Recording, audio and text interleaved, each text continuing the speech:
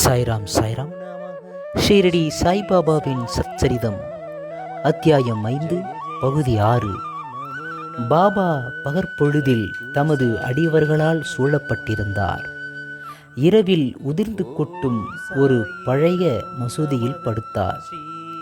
பாபாவிடம் இந்த நேரத்தில் ஹூக்கா புகையிலை, ஒரு டம்ளர் தகர டப்பா, நீண்ட கஃப்னி, தலையைச் சுற்றி ஒரு துண்டு துணி, ஒரு சட்கா குச்சி முதலிய சிறு சிறு உடைமைகள் இருந்தன.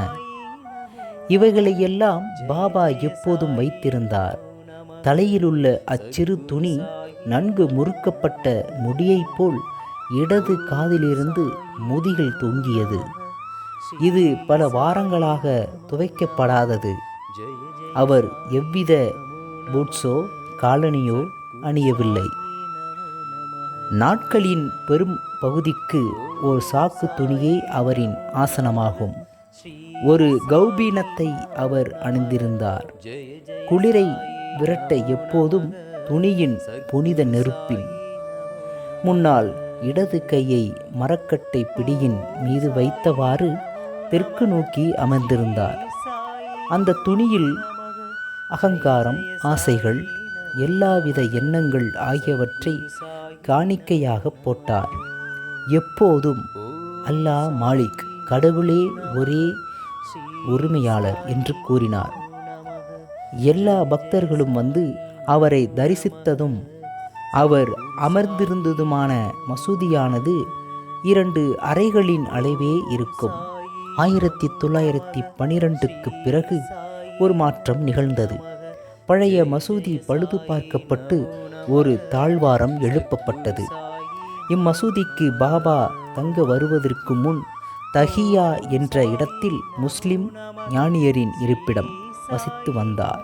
அங்கேதான் பாபா கால்களில் சலங்கை கட்டி அழகான நடனம் செய்து கொண்டு அன்புடன் பாடினார். தண்ணீரால் விளக்கரித்தல். சாய்பாபாவுக்கு விளக்குகள் என்றால் அதிக விருப்பம். அவர் கடைக்காரர்களிடமிருந்து எண்ணெய் வாங்கி மசூதியிலும் கோவிலிலும் இரவு முழுவதும் விளக்குகளை எரிய விடுவது வழக்கம். இது சில நாட்கள் நடந்து வந்தது. பின்பு எண்ணெய் இலவசமாக அளித்து வந்த வணிகர்கள் எல்லோரும் ஒன்று கூடி இனிமேல் எண்ணெய் கொடுப்பதில்லை என முடிவு செய்தனர். வழக்கம்போல் பாபா அவர்களிடம் எண்ணெய் கேட்க போன போது அவர்கள் எல்லோரும் தீர்மானமாக எண்ணெய் இல்லை என சொல்லிவிட்டார்கள். இதை கேட்டு குழப்பமடையாத பாபா மசூதிக்கு திரும்பி வந்து காய்ந்த திரிகளை விளக்குகளில் இட்டார். வணிகர்கள் மசூதிக்கு வந்து என்ன நடக்கிறது என்பதை ஆர்வத்துடன் கவனித்து கொண்டிருந்தனர். பாபா மிக கொஞ்சம் சில துளிகள் மட்டுமே எண்ணெய் இருந்த தகர குவளையை எடுத்தார். தண்ணீரை அதில் ஊற்றி குடித்தார். இவ்விதமாக அதை நிவேதனம் செய்த பிறகு தகர டப்பாவில் தண்ணீரை மறுபடியும் எடுத்து எல்லா விளக்குகளிலும் அதனையே நிரப்பி கொளுத்தினார்.